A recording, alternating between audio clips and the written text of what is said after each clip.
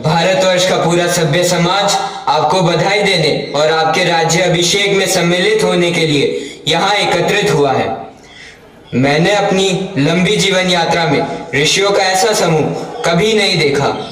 इनकी यहाँ उपस्थिति ही इस बात को सिद्ध करती है कि इस राज्य में और इस राज्यसभा में सदैव ही ईश्वरीय कृपा की वर्षा होती रहेगी। राजन, आपके सारे सगे संबंधी भी यहाँ आए हुए हैं, तो आदरणीय अतिथियों का सत्कार कीजिए, अलग अलग उनकी पूजा कीजिए। जो आज्ञा, परंतु पहले किसकी पूजा करूं पितामह? जो सर्वश्रेष्ठ हो। तो पहले महर्षि व्यास की पूजा करूं या आपकी? ना ही महर्षि और ना ही मेरी। आज आप धर्म के प्रतिबिंब है राजन। आपकी आंखों को यह पहले ही देख लेना चाहिए था कि इस राज्यसभा में ही नहीं, पूरे त्रिलोक में यदुवंश शिरोमणि वासुदेव श्री कृष्ण के अतिरिक्त किसी और की अग्र पूजा हो ही नहीं सकती। और मैं यह इसलिए नहीं कह रहा हूं कि मुझे वो प्रिय है, और ना ही इसलिए कि मैं उनका भक्त हूं। क्या आप ये नहीं देख रहे हैं कि भारतवर्ष के जगमगाते मुकुटों के बीच में ये ऐसे प्रतीत हो रहे हैं जैसे तारों के बीच में चंद्रमा हो, और जब चंद्रमा के दर्शन हो रहे हो तो तारों की ओर कौन देखता है? जैसे अंधकार की चुनरी ओढ़कर सोई हुई धरती सूर्य के शुभ आगमन से जाग उठती है और वायुहीन स्थान वायु के स्पर्श होते ही जीवित हो उठता है और सांस लेने लगता है, वैसे ही देवकी नंदन के इस राज्यसभा में होने से यह राज्यसभा जगमगा रही है और सांस भी ले रही है।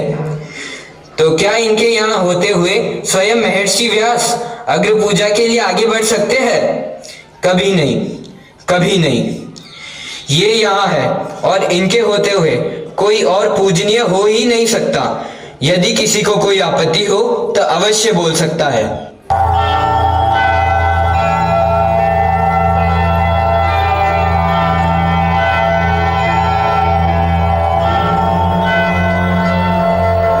अपना स्थान ग्रहण कीजिए देवकी नंदन। जब अग्रिम पूजा के हित माने भीष्म पितामह माधव को,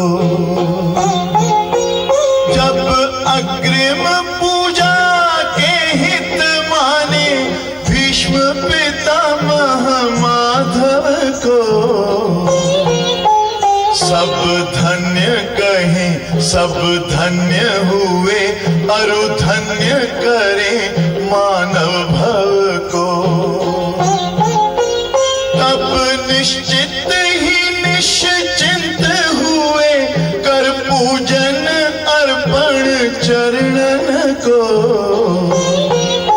सब मान गए यह मान रहे बस केशव को, बस केशव को, बस केशव को, बस केशव को। नकुल, तुम ये किसकी अग्र पूजा कर रहे हो? प्रिय शिशुपाल, तुम चुप रहो, और तुम ये भी मत समझना कि ये राजे महाराजे, ये महारथियों का पूरा समुदाय तुमसे डरकर तुम्हारे राजसूय यज्ञ में आया हुआ है। अरे हम तो यह सोचकर आए थे कि धर्म का अर्थ तुम हम सबसे अधिक जानते हो, इसलिए तुम्हें सम्राट बन जाने दे, परंतु तुमने इस ग्वाले की अग्र पूजा करके पूरे राष्ट्र समाज को अपमानित किया है। शिशुपाल, यदि एक भी शब्द मुख से निकाला तो तुझे जान से मार दूंगा। भीम, अर्जुन, ये क्या अनुज शिशुपाल हमारे अतिथि हैं। महाराज ठीक कह रहे हैं भीम भैया। प्रिय अर्जुन, अतिथि की मर्यादा का उल्लंघन ना करो। तुम बोलते रहो शिशुपाल, क्योंकि आज तुम्हारे ही बोलने का दिन है।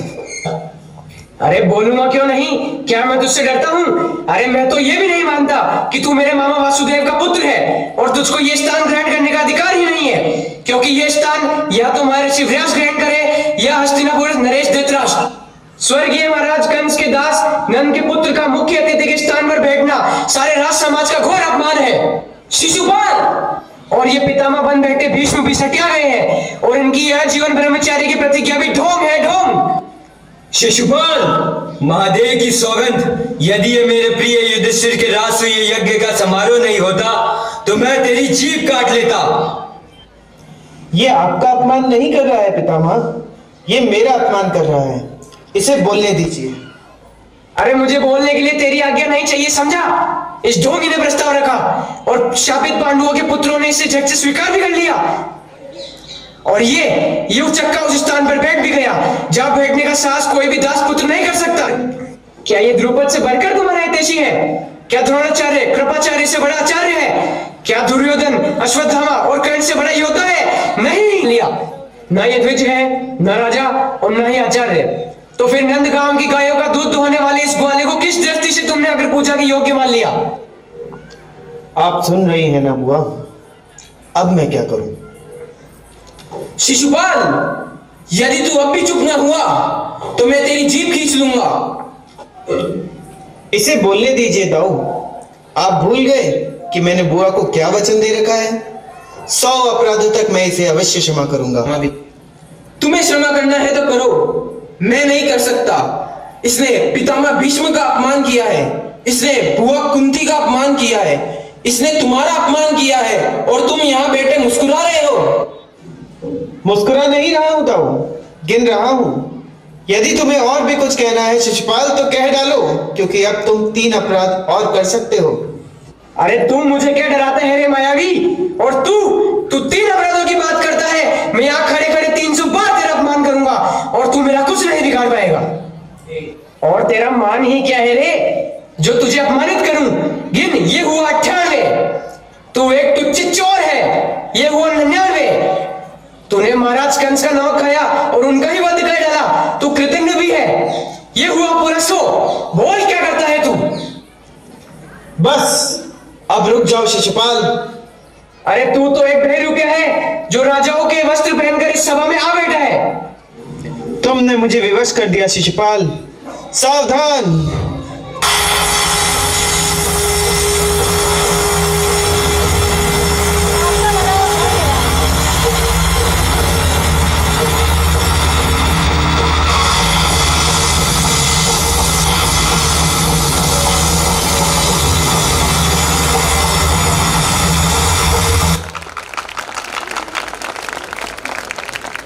तो एक दिन पाप का गड़ा भर ही जाता है।